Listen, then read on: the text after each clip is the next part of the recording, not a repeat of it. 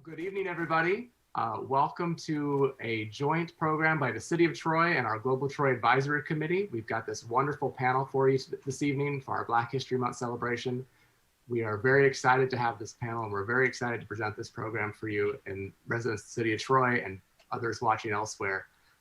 We have a fantastic panel. I'm Mayor Ethan Baker, Mayor of the City of Troy, and it is my honor to introduce our panelists this evening. It's really an exciting treat. Now, I did tell some of them that we could spend the whole hour just talking about their impressive biography, so I'm going to try to shorten some of them a little bit. But we've got some great people here.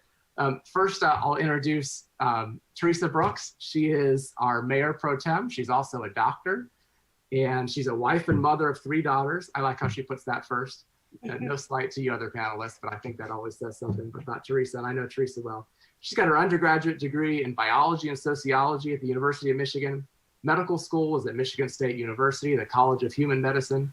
Residency in physical medicine and rehabilitation at the Mayo Clinic in Rochester, Minnesota. She's a small business owner with a private practice located in Grosse Pointe that is affiliated with Beaumont Hospital. She's been elected to the board of United Physicians, which is a physicians organization. She was elected to the Troy City Council in 2019.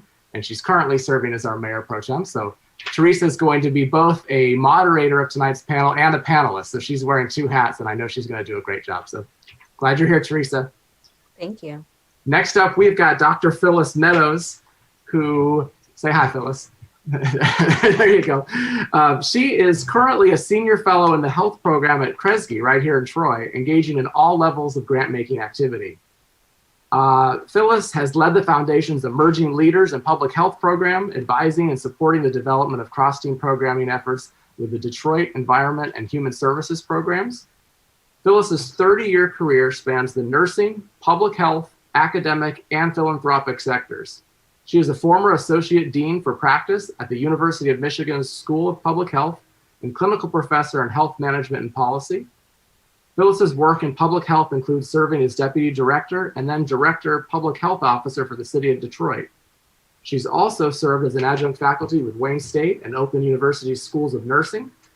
Phyllis's professional experience includes leadership roles across the health sector, working to deliver programs and services with an array of multidisciplinary professions in health, education, and human services. She's worked with the Kellogg Foundation after serving as a fellow in the Kellogg International Leadership Program for 3 years. We are so excited to have Phyllis joining us tonight on our panel, and we know she's going to bring a great wealth of information and experience. So welcome, Phyllis. Thank you, Mayor. Next up, we have Cornelius Godfrey, who I'm very excited to introduce to the City of Troy tonight. Many of you in the school district or the schools already know Cornelius, but we're just getting to meet him on the city side of things.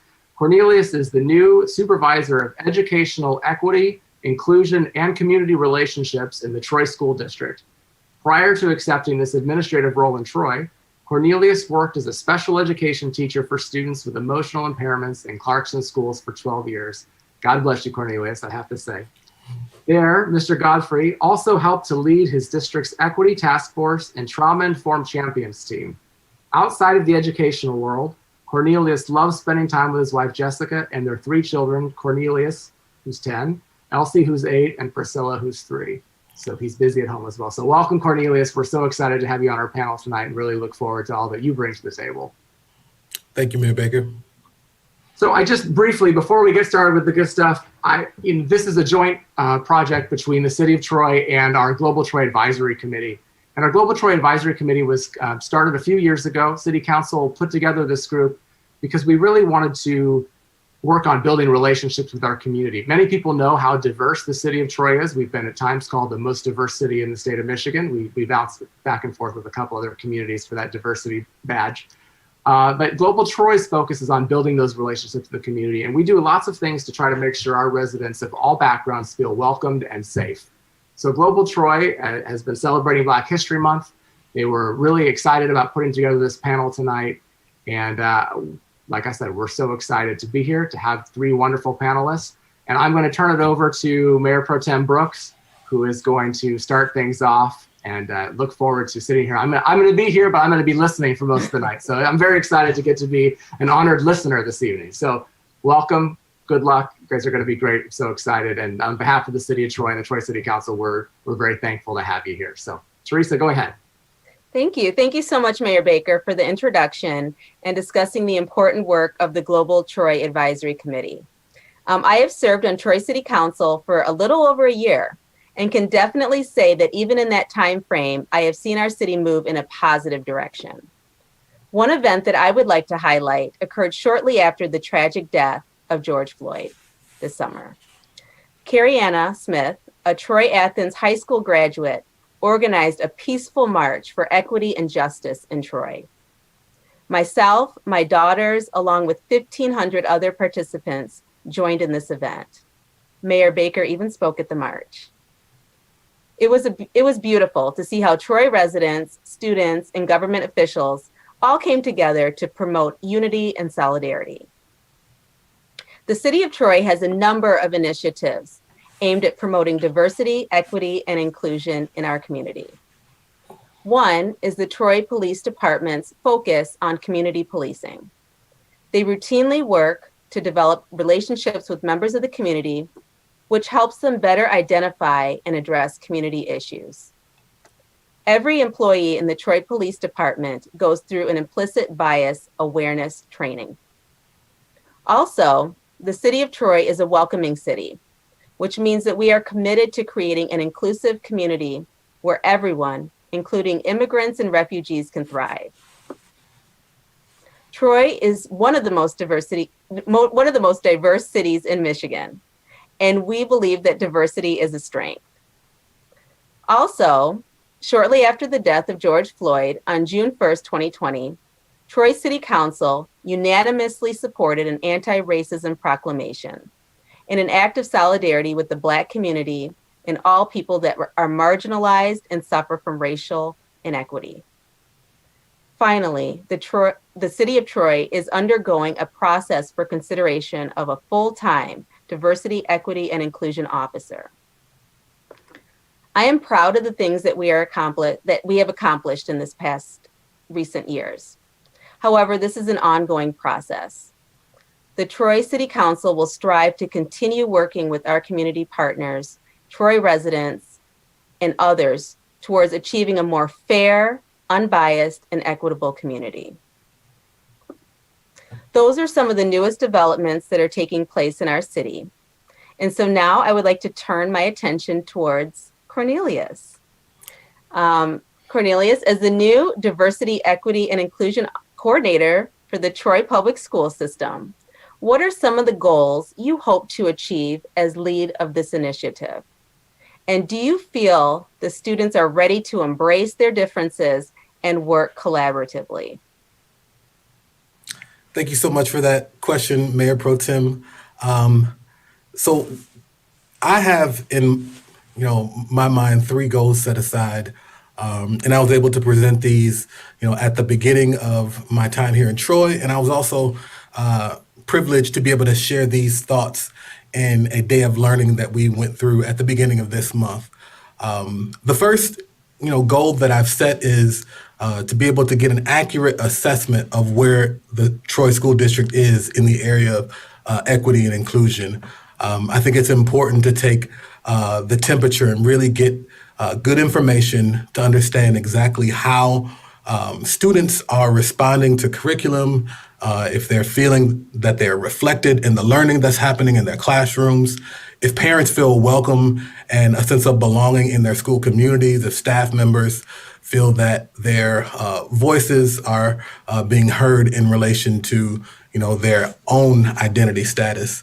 So these are a number of ways that you can find out if those elements of equity exist and at what level, but definitely finding out the standing of a place is essential before deciding a plan to move forward.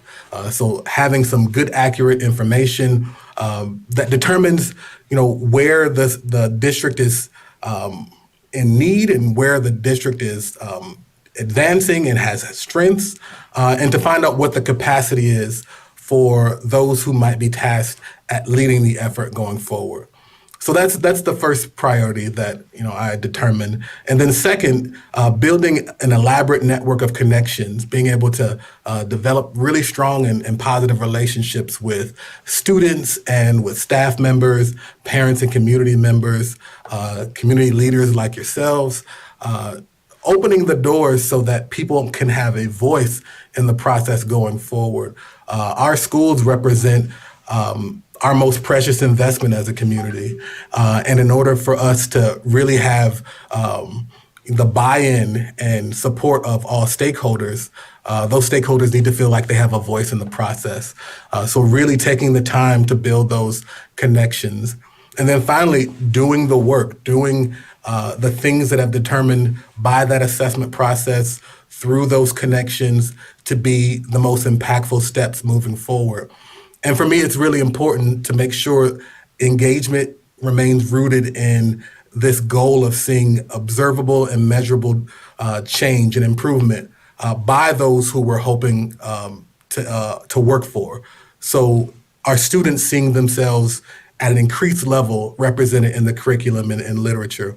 Our parents feeling a greater sense of voice and empowerment in their children's learning. Our staff members feeling like they are representative bodies that show the same level of diversity in the student population and the community at large. And knowing those things and keeping that engagement focused on actual changes that benefit marginalized students and families, I believe will keep us focused on what the actual work is versus what some of the work that has to be done before the actual work happens. So a lot of the identity work, learning about who we are as individuals, making connections and really having great conversations that push our thinking, those things are great. But to the extent that things change in the classroom is how we'll determine whether we've been successful. And in terms of whether I believe students are ready or not, I believe students have been ready. I actually think that students are leading the charge. You mentioned the student who spurred on the effort to have the march at the killing of George Floyd. I can, even in my first month of being in the Troy School District, tell you so many other efforts that have been student-led. Even today, I heard of a young elementary school student who wrote an email to her principal saying, I want to start a diversity and equity committee in my school, a elementary student. So I believe the students are ready. I believe young people are ready. The question is, are the grown folks ready? Are we ready? That's the biggest question, right? Are we prepared to have the crucial conversations that, quite frankly, some of us are really ill-equipped to have? Are we prepared to have our own lives under the microscope to think about how we have either used or not used our privilege to benefit the marginalized? Are we prepared to have, questions asked about the way that we've been taught and how we're also teaching young people in terms of, history and, the historical context that a lot of what we are teaching is sometimes stripped of.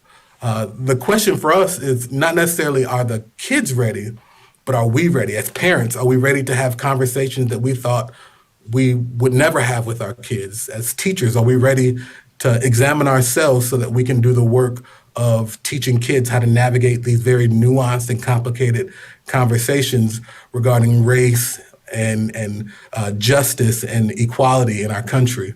But I definitely think kids are ready. And I'll say this and then I'll end my answer. I believe one of the things that we often neglect is the foundational principles that our young people begin with in school. They start learning out how to make distinctions, right? They can tell colors, shapes, numbers, letters. Their entire education begins with being able to see differences. And I think sometimes we work under the false assumption that they're somehow not noticing the other differences in the world. The differences in skin color, the differences in house size, the differences in lifestyle. So if we neglect having those conversations that are rooted in what they're already trained to be able to notice intrinsically, I think we signal to them that those things are just not important. Those are some very great points. And thank you so much for the work that you're doing. Obviously, I'm a mom who has children in the Troy Public School System, so I'm really happy to have you here. Okay, and now I'm turning to Phyllis.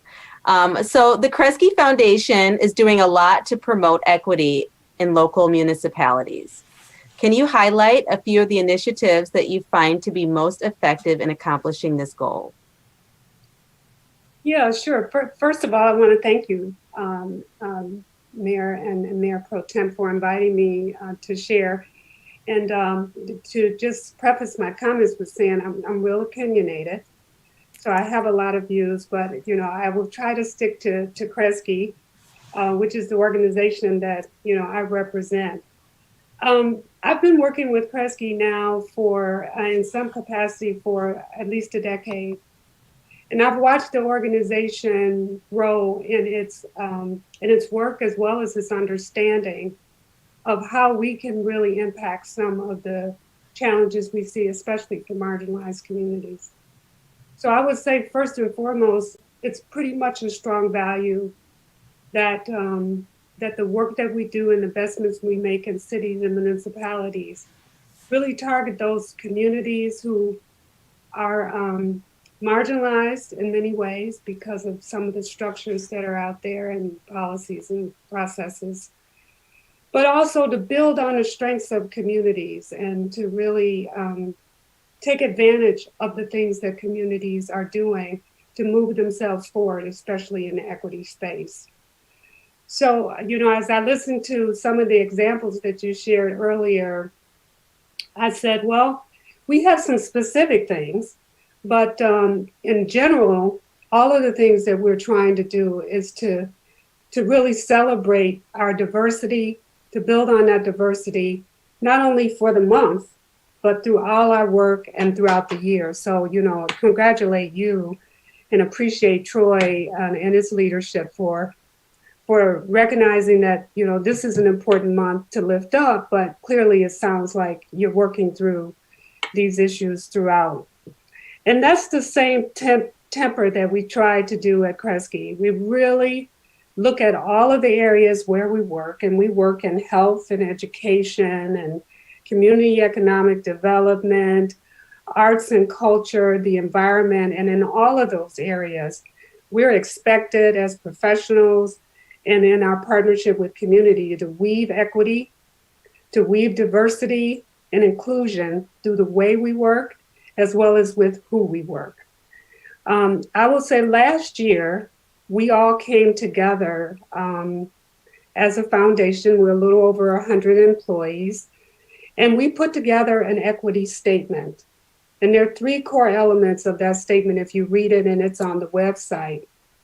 And that is, we're trying to find opportunities for people to be better, to live and aspire to dreams that they have.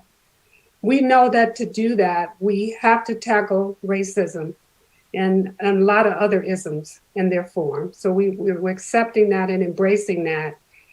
And then at the end of that statement, you'll see a word prosperity. And that looks a lot of different ways, and it means a lot of different things to people, and not just economic, but just behavioral, supportive, building community, building a place and building a sense of belonging. So those are things that we really care about. Now, we have a few examples, and I can speak more from health because that's the area that I work in. But we've done a lot of work around what we call the social determinants of health. And I'm going to change that language to say those social and environmental conditions that impact health. So, in many respects, we could go really downstream and pick out little things that we can do to reduce blood pressure and asthma. We consider those health issues as important. But our work has looked really upstream at those conditions like housing, access to food and quality food, to manage issues like eviction. All of those things impact the health and well-being of people. So we have a couple of initiatives that I'll just walk through really quickly that I think fit that upstream model. One is we've had an initiative for a number of years now focused on access to food called Freshlow. And that has grown to where we see that just giving people access to food or planting gardens is not enough. We need to be thinking about ways in which we can sustain that access, but also provide communities an opportunity to build wealth and build resources as a result of those access points. A second area that we've invested in most recently is around equitable housing. With all the developments we do in cities, gentrification happens. We don't like that word, but what happens as a result of that is some displacement. And communities, particularly ethnic and communities of color, that sense of community is really important to their well-being. So how can we support and what things can we do to support that agency and that cohesion of communities in spite of what's happening around housing, but also create opportunities and spaces for communities to give voice to those issues that matter most to them. One thing that I would say we've learned about equity is I can't define it for a community. A community has to define that for themselves. What is it that they want to see that would lift up their sense of well-being in a community? And we've learned that as much as we have access to information, being equitable and inclusive means that we have to open up our aperture to really hear what people believe and what they need and how they see the solutions. So we have an entire strategy that's built around community-based solutions, believing in the heart of that communities have answers too. Often it's easy to get into that mode of we can do for the community because we have so much, but communities have power too. They have assets, they have strength, they have credentials. They're not all, just because they're marginalized, those structures marginalize them. But it doesn't mean that they don't have what they need to begin to force the solutions. And it's up to us to buttress that, to support that, to augment that, because we have other privileges. Another area, and I'll end on this one, that I think is really important that we've been working on for the last couple of years is our climate change and health equity initiative.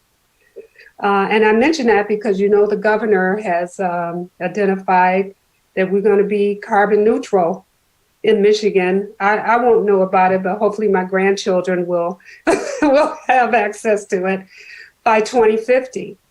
And that's going to take deliberate action and a mindset that recognizes that our mainstream approaches to doing the work will not work. Communities have been advocating for issues around pollution and industrial waste in their community, environmental changes and flooding and overheating. And this initiative is really exciting because this is the time to do it. As you know, our new president has listed that as an issue. So we're right in the heart of the big discussions about what we can do to make sure that the environment, the planet, the neighborhoods are safe for the people that we care about.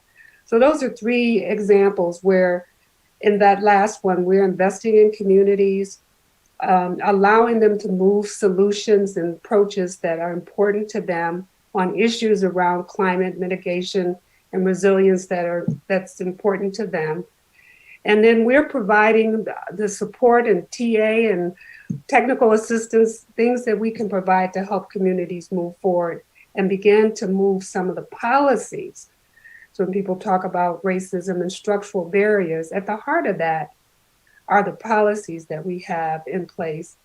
And sometimes we just need to really, really look at that. So those are three initiatives. We have many in the education space to really push the graduation rates for families and children of color. We have a lot of children who enter into the college setting but don't complete. And it's largely not because of financial reasons. It's, it's social issues as well, challenges in their families, that they're just not able to meet both demands of what I need to do for my family and what I need to do in school. I think if you look across many of our strategies, you'll see that same thread of supporting communities, listening to their voice, and engaging them in the solutions that we try to invest in. I hope that answered your question. No, that's wonderful. Thank you. Thank you so much for the work that you're doing.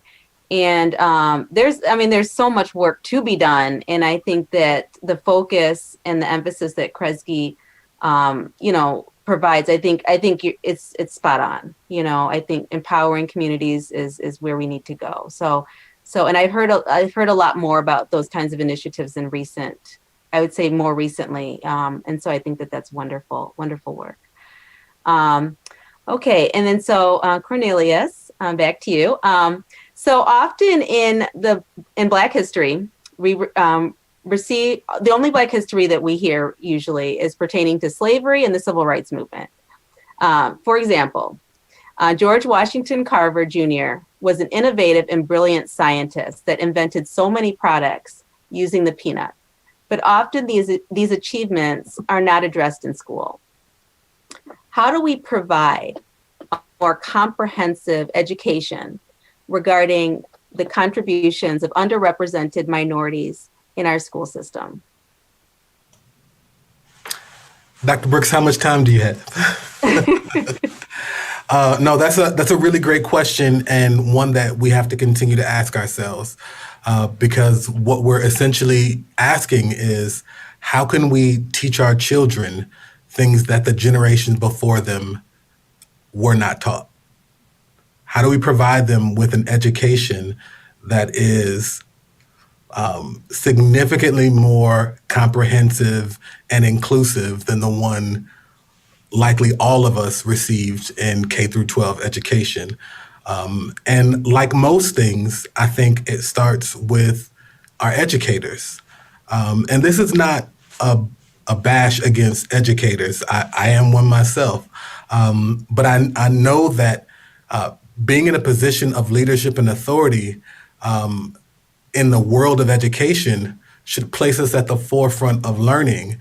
And I think the learning has to start with our educational leaders, administrators, classroom teachers, and support staff.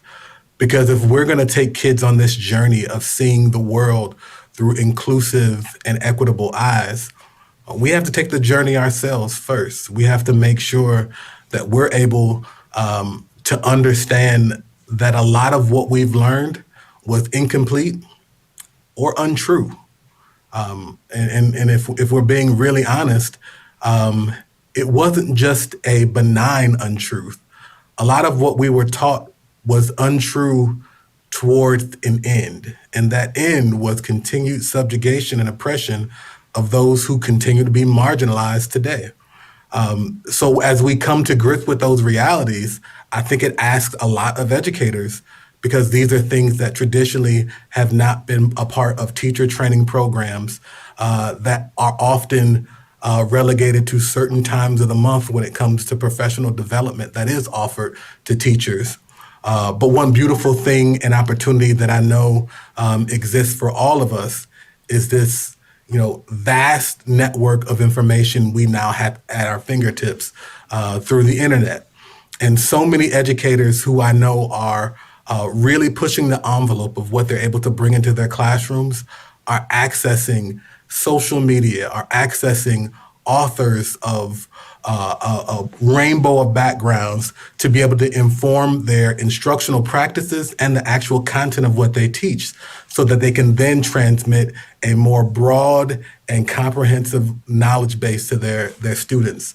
So I believe the effort has to start with teachers, and I'm very empathetic toward the ask in that moment, right? Because it's asking teachers to do something that was not done for them.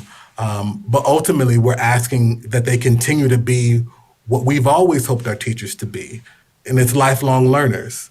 to live out that commitment, to continue to pursue knowledge throughout the entirety of their lives, that there's no real ceiling or end to what we as educators can expect ourselves to develop and grow in, because we're inspiring kids not just to learn a set of discrete facts, but to become learners themselves, critical thinkers themselves. And for us to do that, we do have to model that same thinking and learning behavior. Wonderful. Thank you. Yeah, sometimes it's hard, because American history is so complicated, and not all of it is very pretty. I actually recently visited a slavery museum in South Carolina, and it's very painful to see some of the stories and hear some of the things and visually see some of the things that people went through.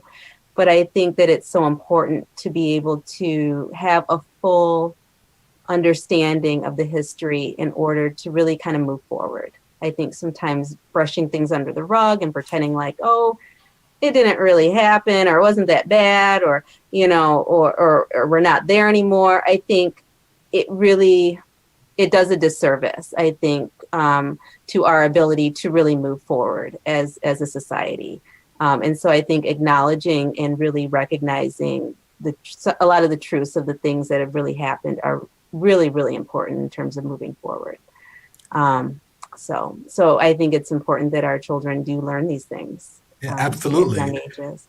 Absolutely. And I imagine that it kind of stands to reason that without that historical context, kids who naturally notice things that are different and that are happening in the world, they're really left to make some really poor conclusions if they don't know how we got here. Exactly. They'll draw some very bad understandings from our current reality when it's placed inside of a vacuum. Yeah. No, I agree. Thank you. Teresa, can I'm sorry to interrupt? Go on. Can I ask a follow-up question to that, to you or to anyone? I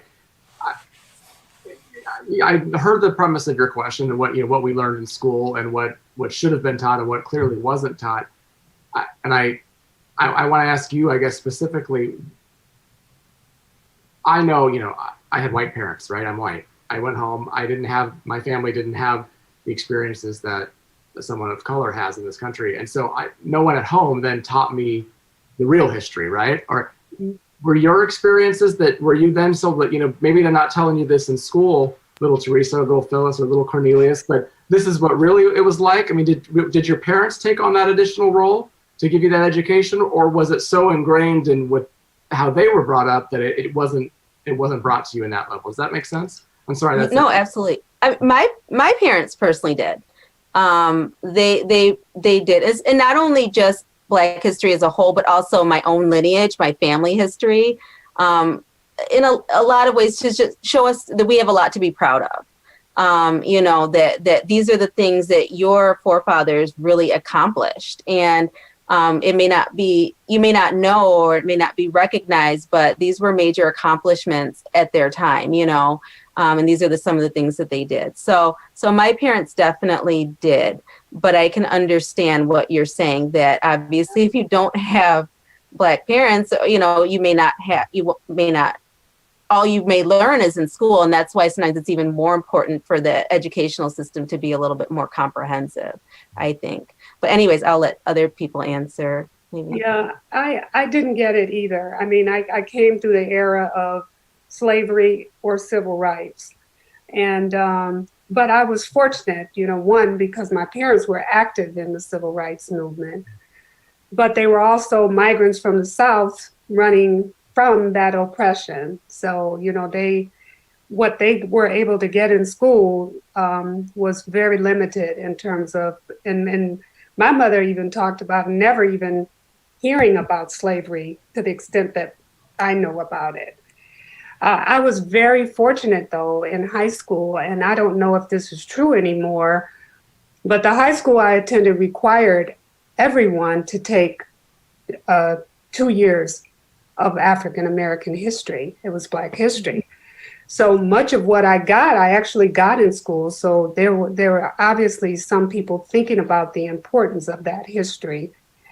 but I'm constantly learning it. I attended a session yesterday talking about structural racism, and there were some policies that I had never heard of, and many that I know. Everyone knows Jim Crow, and everyone knows, sort of the slavery, Plessy versus Ferguson. We all kind of know those, but I think we're all on a learning journey, especially, Teresa, you and your family may be further along, but I'm from clearly a different generation. And there's a lot of catch up that people of color have to do because we've kind of accepted and normalized certain things when in fact that history that Cornelius talked about is what can help explain things. I listened to the fact that that the GI Bill was really so pivotal to moving people into a better level of wealth. But only, like something like 2% of people of color were able to access that. And quite honestly, my dad did. I mean, he always talked about GI Bill. I had no idea what was it. I thought it was some army thing that, they got money, the bill,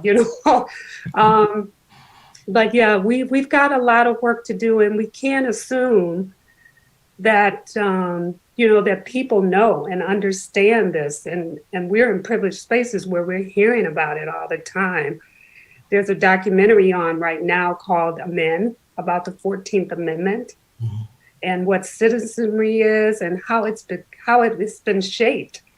That is profound. And, and in that, I'm learning like a new student in that. So I agree with Cornelius. We have to be lifelong learners. And I think with this generation of young people, your children, Cornelius's children, yours, Mr. Mayor, we gotta redo this and transform the way we share his story, because at one time it's been primarily not our story, it's been his story. So we've got a lot of work to do.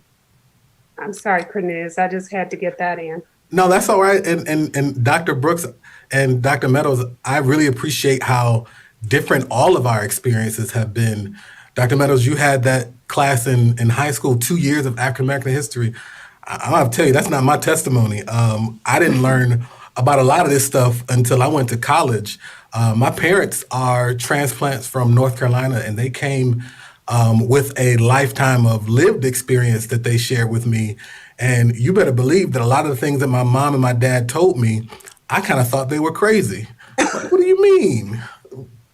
White people don't do that. But they had seen some things, and their experiences had informed what they then transmitted down to us as their children.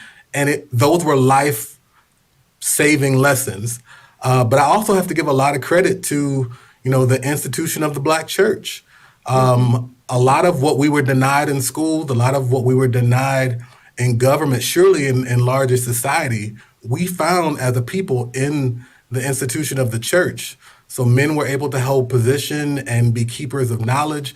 And a lot of, my own pride and confidence in who we are as a people was transmitted through my experiences in and around church. But like everyone else was saying, it's still very limited. I mean, our history does not start in slavery. Right. And I think we often begin our story at a place which is really our lowest point. And as an educator, as someone who has, witnessed curriculum, be delivered, I have to challenge my own thinking sometimes. I spent some time in my undergrad years at Eastern Michigan as an African American Studies major. Don't check the public record. I did not remain in that program. I did switch to secondary education and then special education. But my time in that program was life-altering. And a lot of those things that I learned while under the tutelage of, my professors, who in my eyes were giants, like they seemed to, hold so much understanding of not just, where we are now, but how we got here and what we were before we got here. That it really challenged the foundations of all that I had been taught before. But ultimately, you asked the question of three people with similar skin tone.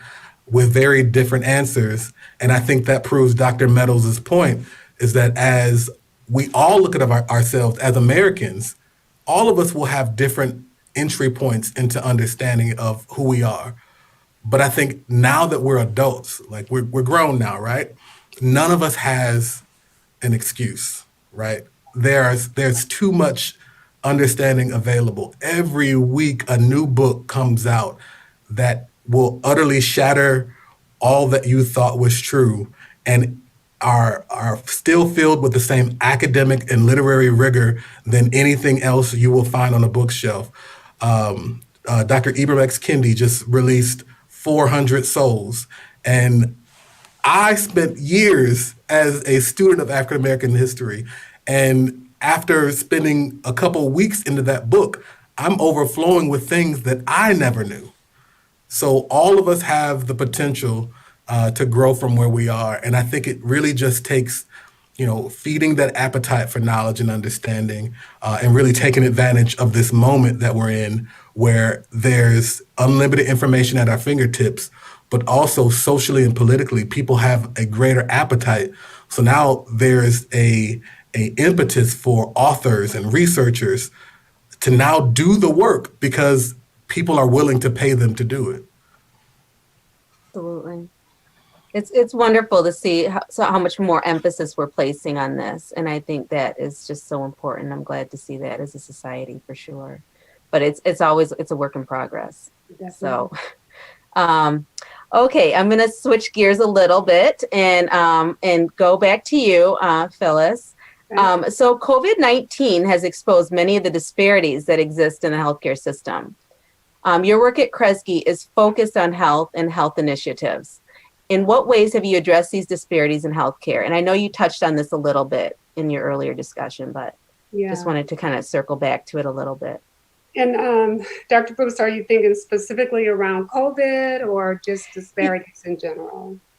I think in general. I think that, it really, for example, I'm in healthcare, I'm a physician, obviously, and I know that disparities exist. And I know that we have higher rates of all kinds of comorbid conditions. But I think COVID really, really exposed like the level of true inequity that just it's really problematic. And I've seen it with my patients and my patient population, and so it is just, it has made me really more proactive in wanting to do things to really close the gaps that exist.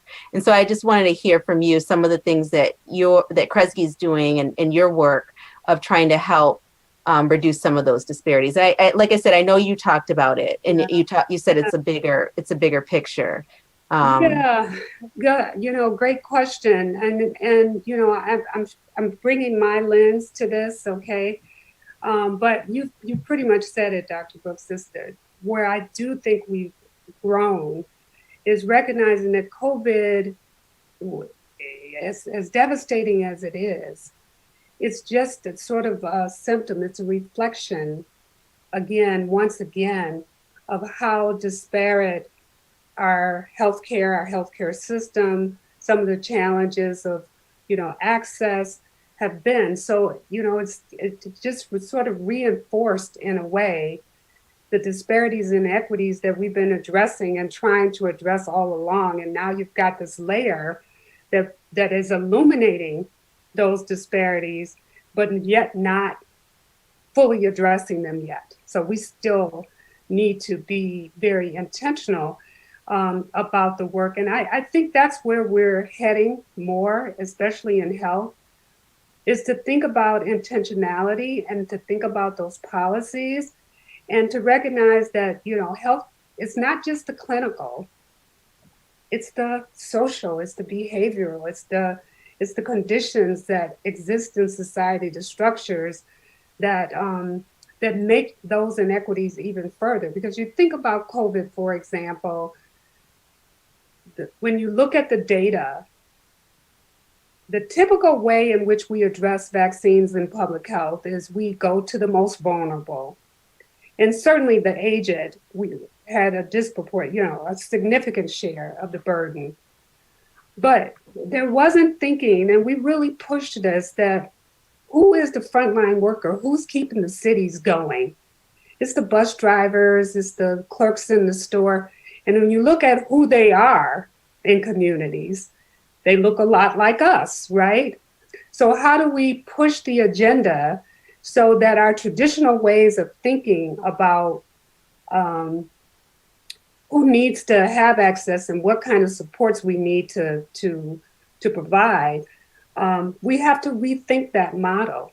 And what we found is that while health is our mainstay, we had to invest in food. People were getting furloughed. We had to help with housing. So it really shifted, even though we were doing some of that upstream, it made us a lot more flexible because we couldn't be as rigid in terms of how we funded. We had to really rethink and be flexible and open to what was really happening in communities. My sense is that we've got a broken healthcare system. It's a sick care system. There are so many things that we need to do to make populations, especially people of color, healthy. COVID could be a wonderful opportunity to move in that direction because it's looking at the resources, it's looking at policies, it's looking at the system. And we have an opportunity there to use this, as terrible as it is, to get us to thinking more towards those gaps. It's right in front of us. We're seeing it right now where, there are states where 37% of those who've gotten vaccines don't look like the people who were sick. If you compare the sick data and the death data, who's getting the vaccines and who has been most disproportionately impacted are not equal. So we have to begin to pull that apart. And if we can't do it with this in front of us the way it is, with all the components now having to work, everything has to work together to make this happen. We can't do it with this. We won't get to those gaps and those disparities. So the shorter answer to your question is we're rethinking about how we fund, who we fund, what kind of policy agendas we want to invest in to give communities an opportunity to advocate. We have to move the needle in a different direction from what we traditionally do. So we're really reinterrogating ourselves and where those dollars are going and making sure that we're very targeted and very strategic about where those investments are. I just had this conversation, somewhat of a vaccine initiative, and we can go to the usual suspects, which, in foundation world, there's people who are really well aligned with us and we end up funding them all the time. But we know in order to really make a difference in this disparities and the inequities that we see, we're going to have to stretch ourselves to find those places and to find where it's best to invest and, and to really rely on different sources of information. Because this is not a quantitative play, as you very well know. We can look at the numbers around health disparities all you want. This is a social qualitative play, which is going to require a different way of measuring success and making a sense around who we invest in. So we're on it, Dr. Brooks. We're thinking about it. But believe it or not, as much as we think we've been working around disparities, we really haven't. We really haven't been. And this COVID epidemic just says, and I'm getting older, and I say, we've been talking about health disparities since I entered into the health profession.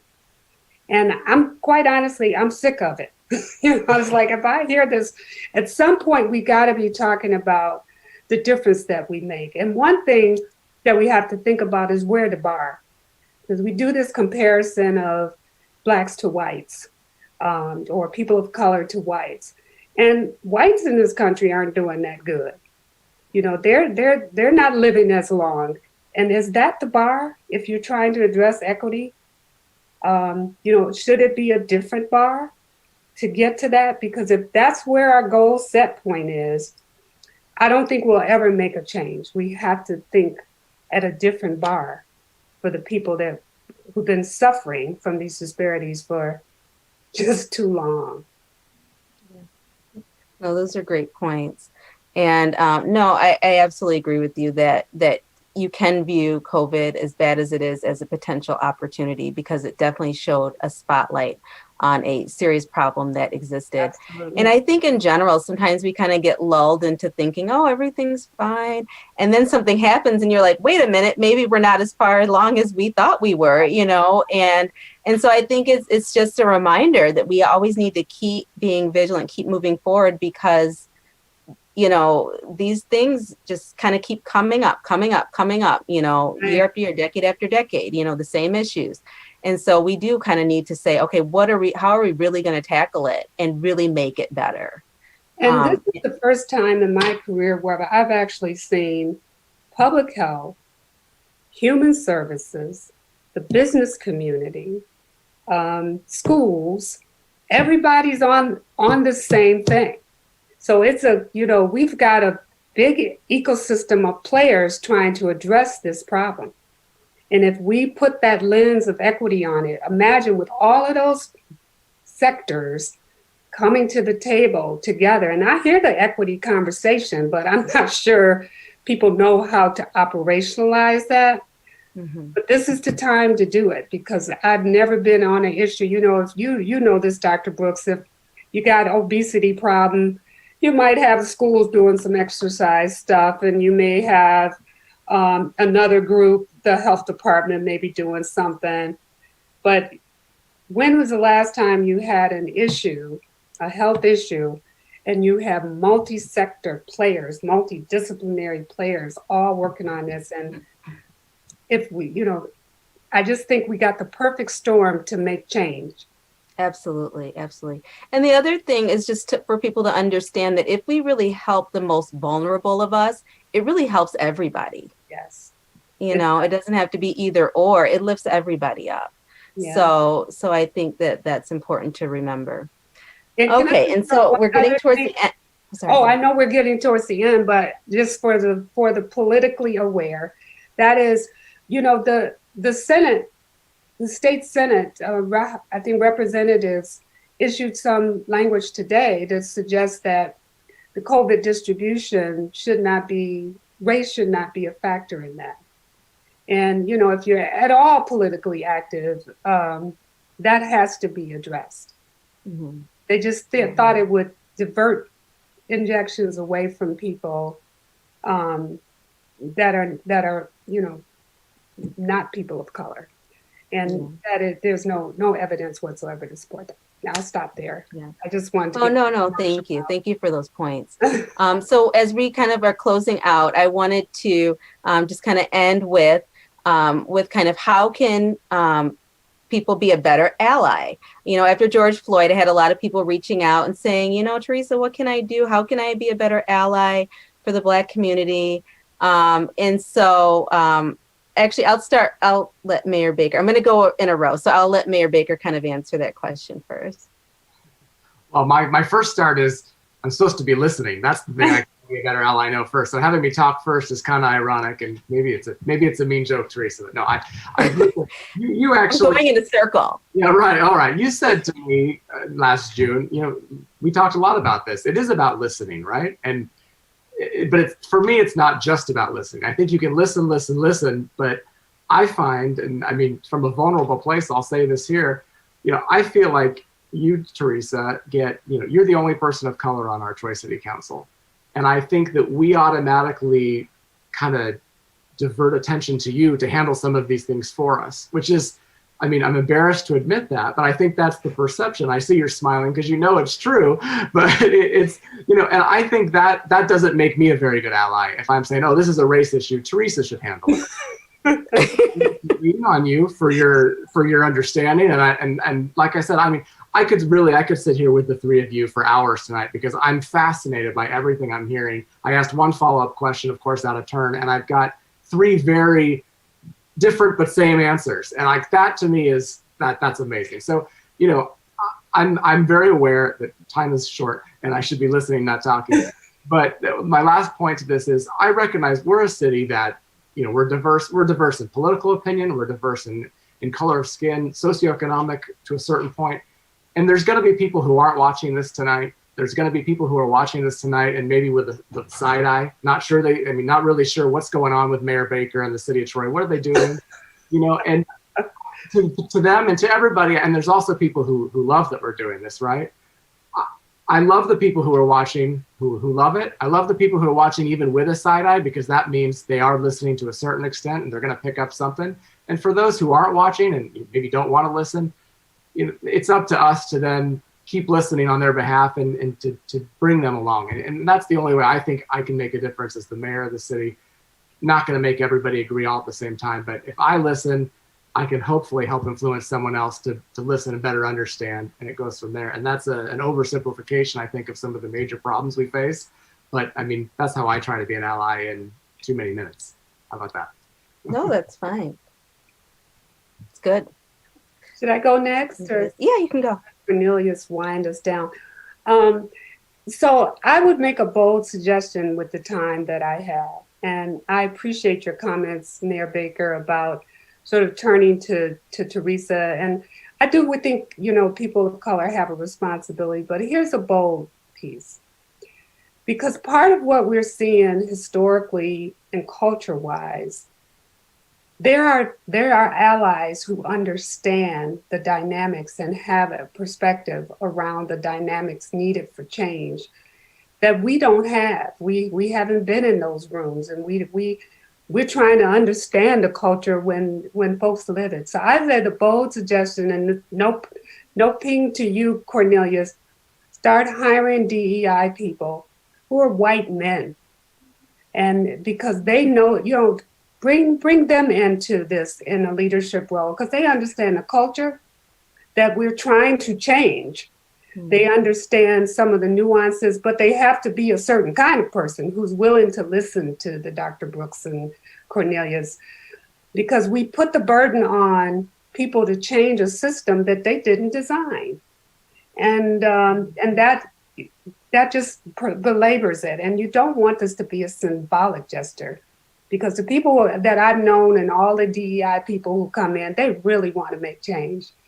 The reality is, that it's very difficult to do if you don't have that nuanced perspective about that. And they need to be historically grounded and willing to listen.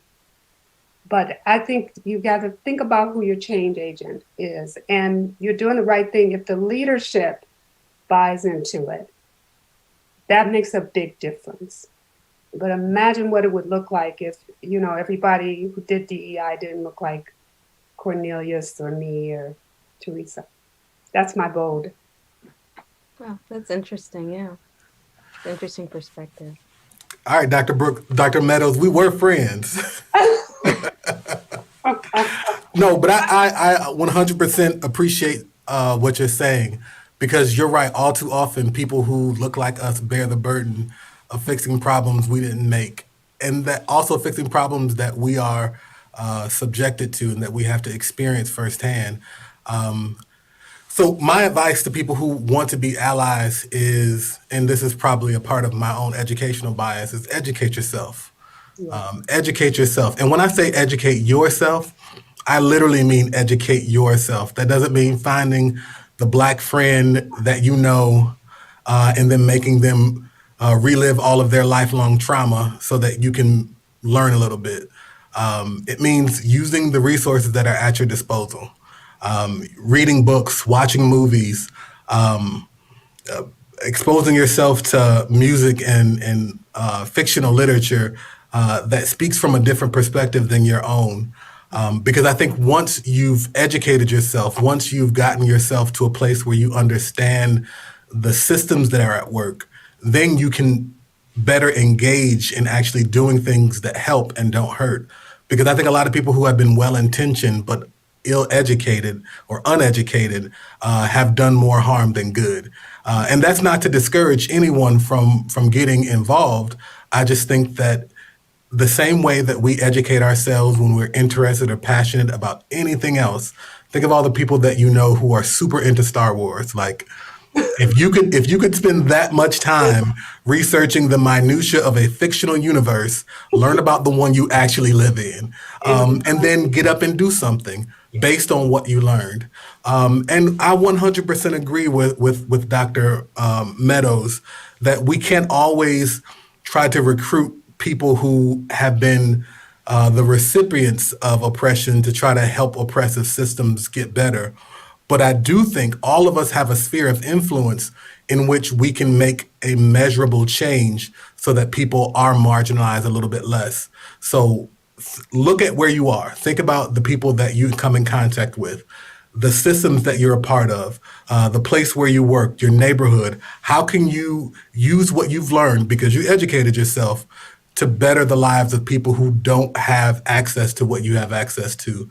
And for me, I think the higher your position, the greater the obligation and responsibility to make sure there's representation in the room. And they don't always have to be the person who's working to advance equity. Maybe it's your accountant. Maybe it's the person that, you use as, an outside contractor to, assess, property. All those things, when you have the choice to make and you have the power to choose someone different and empower someone who has historically been kept out of, seats of power and rooms of decision so that things start to change. I think we automatically allow ourselves to do, for the most part, what we've always done.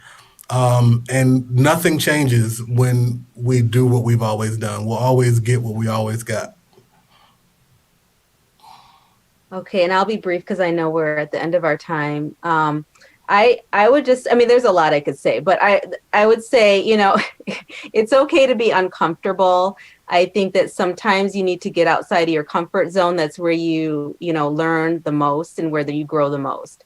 And you don't always have to know and say all the right things. It's just sometimes just acknowledging people want to be validated. People's experiences want to be heard. And sometimes you'd be surprised at how far just that can go. So I'll just end with that, and then I'll hand it over to Mayor Baker to close us out. You know what? What more can I say?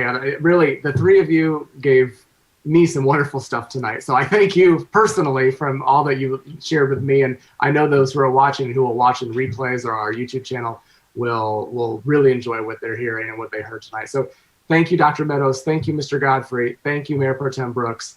Really, I can't thank you enough. And I'm so thankful that you did this and took your time to share with us this evening.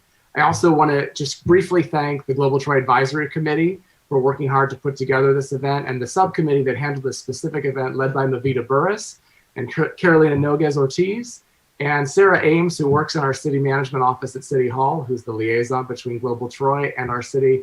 Thank you all for your hard work on this. The IT folks who are broadcasting this, thank you very much. Again, I'm Mayor Ethan Baker. The City of Troy Global Troy Advisory Committee was happy to put together this panel for you tonight.